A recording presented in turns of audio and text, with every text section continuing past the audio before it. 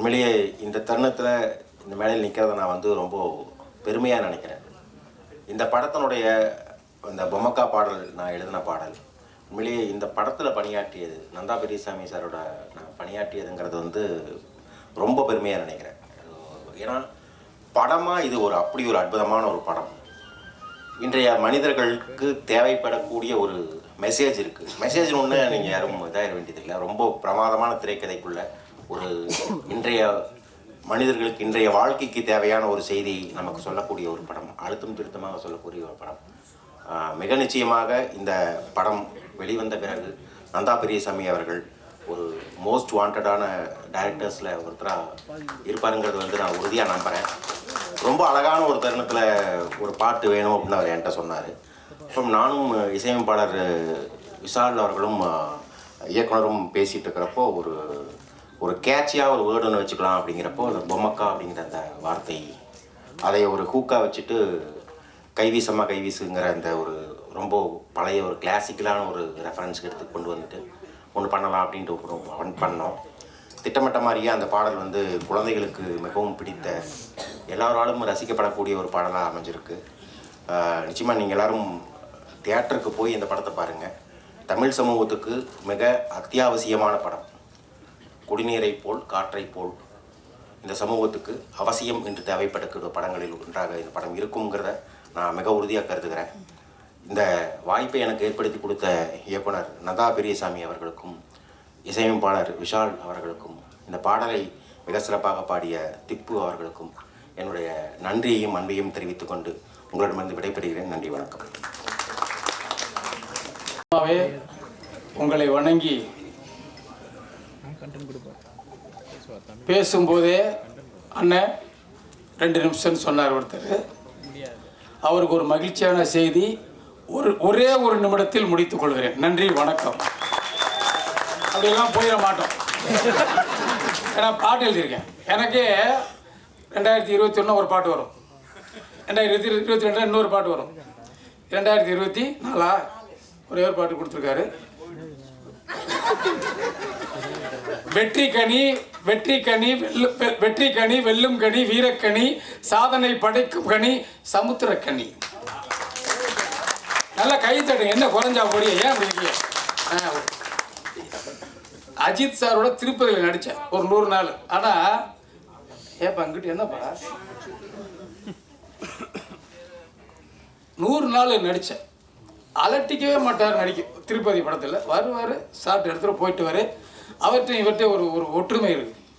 அதே மாதிரி தான் டைரக்டர் என்ன சொன்னாலும் கடைநிலை ஊழியரையும் இயக்குனரையும் ஒரே போல் பார்க்கக்கூடிய ஒரு மாபெரும் மனிதன் சமுத்திரக்கனி. டைரக்டராக இருந்தாலும் எனக்கு ஒன்று தான், கடைசி இருக்கணும். இவன் உனக்கு என்ன போட்டா போட்டி நீ உனக்கு என்ன, உன் பேர் என்ன படிக்கிற? நான் அதை ரொம்ப ரசித்த இயக்குனரை சொன்னேன். இந்த மேடையில் நிற்கிறதே பெரிய சந்தோஷம். இங்கே பாருங்க, வானத்தை போல் வந்து உட்காந்துருக்கு. அங்கிட்டு பார்த்தா பேராசிரியர்னா நந்தனம் காலேஜ் பேராசிரியர். எங்கள் மாதிரி பேராசிரியர்களே வியக்கக்கூடிய ஒரு ஆசிரியர்னா அண்ணன் 2 சாமி, ஒரு லிங்குசாமி, அங்கே நந்தா பெரியசாமி. ஹைக்கு மன்னன் அண்ணன் லிங்குசாமி. ஒரே வார்த்தையில் சொன்னா நந்தாவை வெற்றிகளை விருதுகளை மூடி வைத்தவன், அந்த தாடி வைத்தவன். கதாநாயகனை நடிக்காம இயக்குனராகவே இருந்துட்டார் அண்ணன் சரண். இப்படி எழுத சொல்லிக்கிட்டே போகலாம். அன்பு சகோதரி, உங்கள் நடிப்பை பார்த்தோம். என் தம்பி சிநேகன் பாட்டு எழுதினாவே வெற்றி தான். ஐயா, உங்களை இப்போ தான் மேடையில் பார்க்குறேன். உங்களுக்கு நன்றி, எல்லாருக்கும் வாழ்த்துக்கள். இந்த படத்தில் நடிப்புக்கு தேசிய விருது நான் நாளைக்குள்ளே இன்றைக்கே சொல்கிறேன். ஒரு சாமியார் மாதிரி ஒரு கவிஞர். நடிப்புக்கு தேசிய விருது அறிவிக்கப்பட்டு விட்டது. ஒளிப்பதிவுக்கு சுகுமார் நீ 100க்கு 100 எங்க இருக்கிற அதுக்கு அறிவிக்கப்பட்டு விட்டது. நடிப்புக்கு 100க்கு 100 அறிவிக்கப்பட்டது தேசிய விருது. இயக்குனருக்கு ஒரு 4-5 விருது அறிவிக்கப்பட்டது. விஷால் சந்திரசேகரனா உங்களுக்கு தெரியும், வினாடி நேரம் கூட இல்லாமல் பிரமாதம். அவருக்கு வீணையாக பிறக்க வேண்டிய விஷால் சந்திரசேகரன் பிறந்துட்டான்.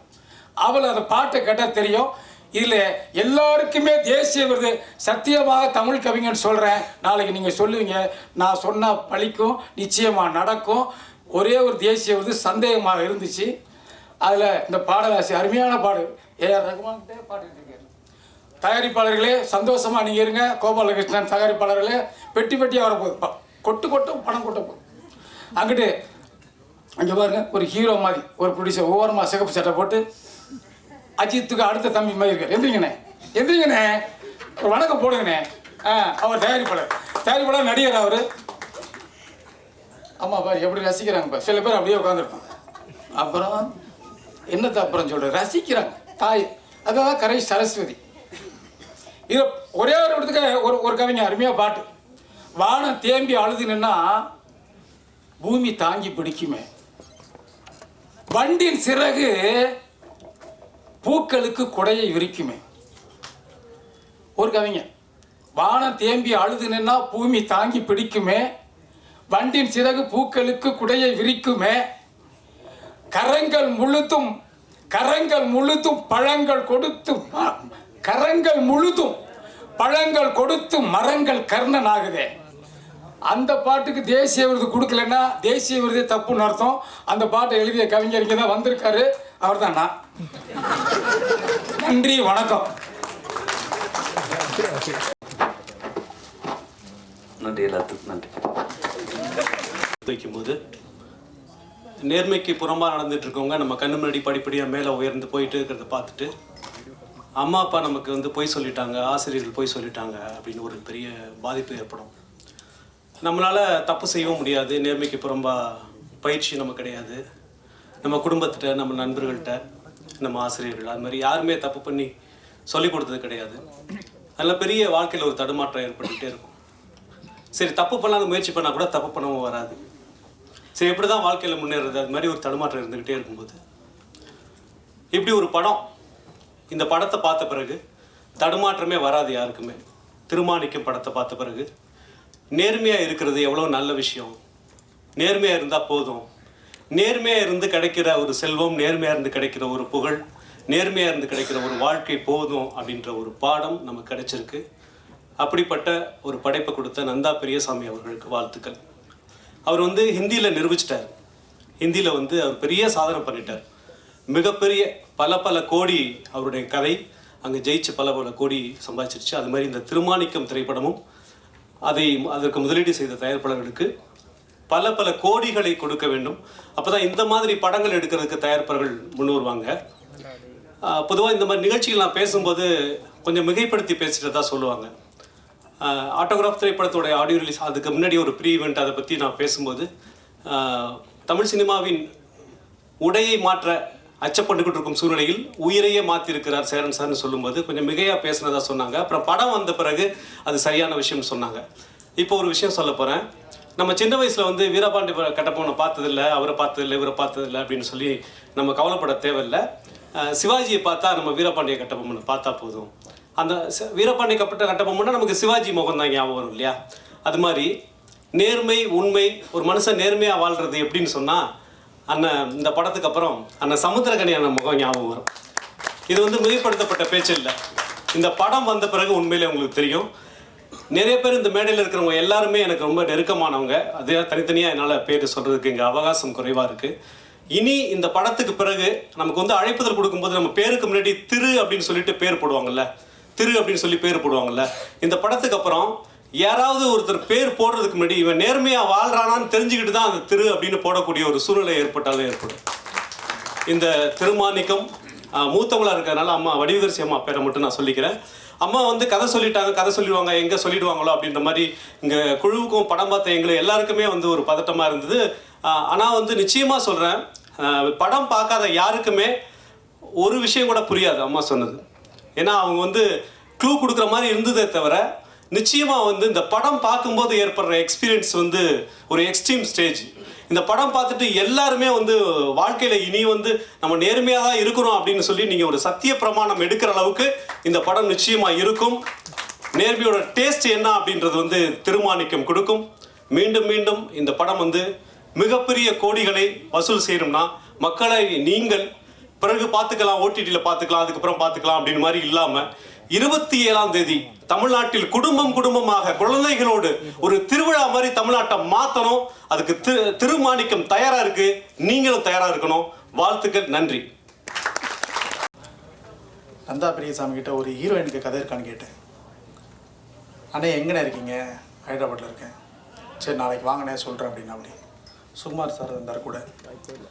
வேறு ஒரு கதை இருக்குண்ணே அப்படின்னாரு. கதை சொன்ன உடனே ஒரு மணி நேரம் தான் அழுதுட்டேன். ரவி சாருக்கு ஃபோன் பண்ணேன். அவர் அடுத்த நாள் காலையில் வந்தார். வந்த உடனே இம்மிடியேட்டாக ஒரு 1 டேயில் ஃபுல்லாகவே அசம்பிள் பண்ணிட்டு இருந்த படத்தை. இந்த கதை கேட்டிங்கனாக்கா நேர்மை எல்லாருமே சொல்லிட்டாங்க. இல்லை இந்த படத்தை பார்த்துட்டு எல்லாரும் நேர்மையாக வாழணுன்ற ஒரு கான்செப்ட் இதுக்குள்ளே இருக்குது. படத்தை பாருங்கள். Thank you so much. பை. எல்லாருக்கும் வணக்கம். இங்கே இந்த ஆடிட்டோரியத்தில் இருக்கிற அத்தனை சேருமே ப்ளூ சட்டை போட்ட மாதிரியே இருக்கிறதுனால ஒரு விஷயத்த நான் சொல்கிறேன். இந்த படத்தில் கதை இருக்குது. ஏன்னா வடிவுக்கரசி அம்மா பேசும்போது சொல்லாதீங்கன்னு எல்லாரும் சேர்ந்து கூக்குரலிட்டு அவங்கள அடக்குனாங்க பார்த்தீங்களா. அந்த அளவுக்கு ஒரு ஸ்ட்ராங்கான ஒரு கதை இருக்குது அப்படிங்கிறத இந்த ப்ளூ சட்டை போட்டிருக்கிற அத்தனை சீட்டுக்கும் நான் சொல்லிக்கிறேன். இந்த ஒரு லாட்ரி சீட்டு வாங்கிட்டு ஒரு 3 பேர் பங்கு போட்டு பணம் போட்டு ஒரு லாட்ரி சீட்டு வாங்கிட்டு அதுக்கு 50 கோடி அடிச்சதுன்னா எப்படி இருக்கும்? ஆனால் அதை வெளியில் சொல்லாமல் சொன்னால் எங்கே இன்கம் டேக்ஸ் வருமோ இல்லை வேறு என்ன யாரெல்லாம் கேட்பாங்களோன்னு தெரியாமல் மறைஞ்சு உட்காரணும்னு நினச்சி இருந்தாலும் மேடையில் உட்கார்ந்துட்டு இருக்கிற அந்த லாட்ரியில் ஜாக்பாக்ட் அடித்த அந்த 3 ப்ரொடியூசர் அவங்க தான். இது படம் பார்க்கும்போது உங்களுக்கு புரியும். நான் அட்டகாசம் படம் பண்ணும் பொழுது அதில் ரொம்ப ஒரு தூத்துக்குடி சார்ந்த ஒரு வில்லன் கேரக்டருக்கு என்ன பேர் வைக்கலாம் அப்படின்னு எனக்கு இது பண்ணப்போ எனக்கு டக்குன்னு சமுத்திரக்கனி ஞாபகம் வந்தது.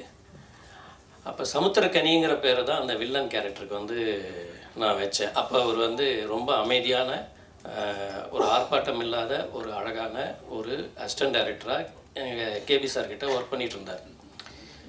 ஆனால் அதுக்கப்புறம் காலநிலை மாற்றம் பாருங்கள். அவர் வில்லனா இன்றைக்கி மிகப்பெரிய அளவில் ஒரு உயரத்துக்கு போயிருக்கிறார். இந்த படத்துலையும் எல்லாரும் நினச்சிட்ருப்பீங்க கதாநாயகன்னு. இல்லை அவர் தான் கடுமையான வில்லனாக இந்த படத்தில் நடிச்சிருக்கிறார். அதுவும் நீங்கள் இந்த படத்தை பார்க்கும்போது உங்களுக்கே தெரியும். இந்த படம் பார்க்கும்போது இதனுடைய ஒரு முக்கியமான ஒரு கட்டம் வரைக்கும் நான் அவங்க அனன்யா பக்கம்தான் இருந்தேன்.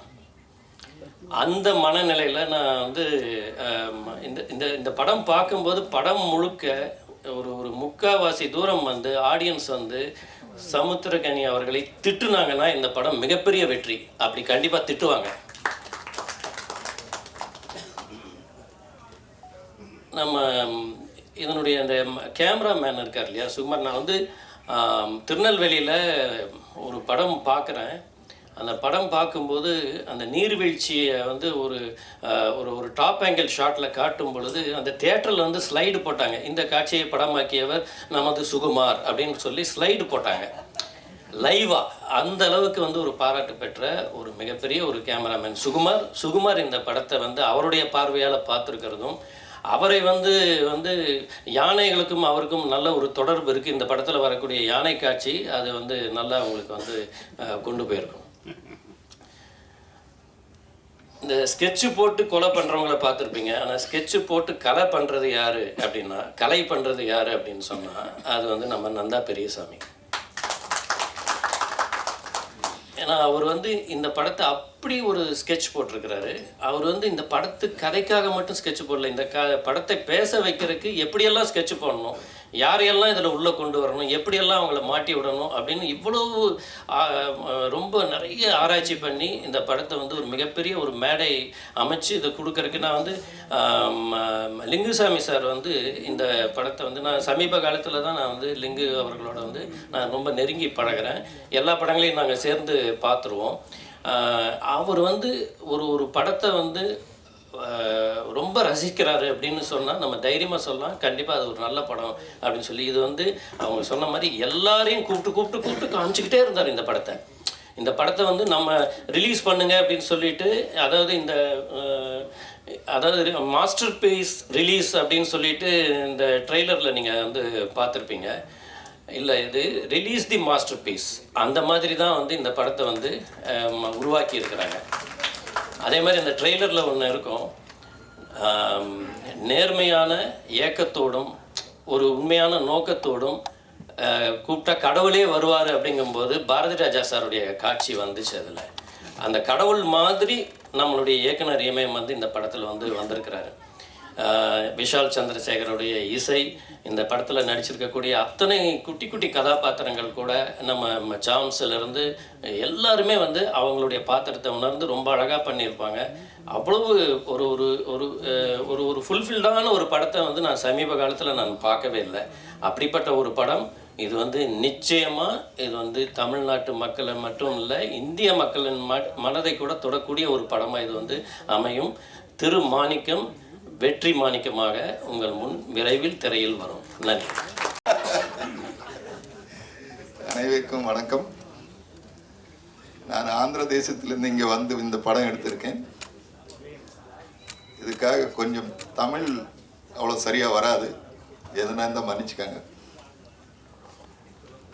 ஆக்சுவலாக இந்த கதையை பற்றி, இந்த படம் பற்றி சொல்லணும்னா, முதலாக இந்த படத்தை பற்றி, இந்த கதையை பற்றி சொன்னவர் என் நண்பன் பிரதர் ராஜா செந்தில் அவர்கள். அவர் வந்து நந்தா பெரியசாமியை அறிமுகப்படுத்தி சுகுமார் அவர்கள் சேர்ந்து இந்த கதையை முதல்ல சொல்லப்போ நானும் அழுதுட்டேன். இது திருப்படமாக எடுக்கணும் அப்படின்னு உறுதியாக நினச்சி கொண்டு அந்த ஈவினிங்கே இந்த சொன்ன அதே நாளில் அந்த ஈவினிங்கே எல்லாருக்கும் அட்வான்ஸ் கொடுத்து இந்த தயாரிப்புக்கு அடிப்படை என்ன சொல்லுவாங்க விளையாட்டு போட்டிருக்கேன். இந்த படத்தை பற்றி மேடையில் உட்கார்ந்த எல்லா தமிழ் திரை இசையில் ஜாம்பவானுங்கெல்லாம் எல்லாமே சொல்லிட்டாங்க. இன்னும் நான் ஒன்றும் சொல்கிறதுக்கு இல்லை. ஆனாலும் தயாரிக்கும் போது நான் ஒன்று மட்டும் சொல்ல முடியும், தயாரிப்பு ஆள் நம்பணும். இந்த கதையை நம்பி படம் பார்த்து தயாரிச்ச அப்புறம் இந்த படம் பார்த்து உங்க எல்லாருடையும் முதல்ல ரசிச்சவன் நான் தான். இந்த படத்துக்கு நீங்க நிச்சயமா பார்ப்பீங்கன்னு சொல்லி, ஃபேமிலியோட பார்ப்பீங்கன்னு சொல்லி நம்பிக்கையா இந்த படம் எடுத்திருக்கேன். ஆந்திர தேசத்திலிருந்து தமிழ் மக்களை நம்பி இங்க வந்திருக்கேன்.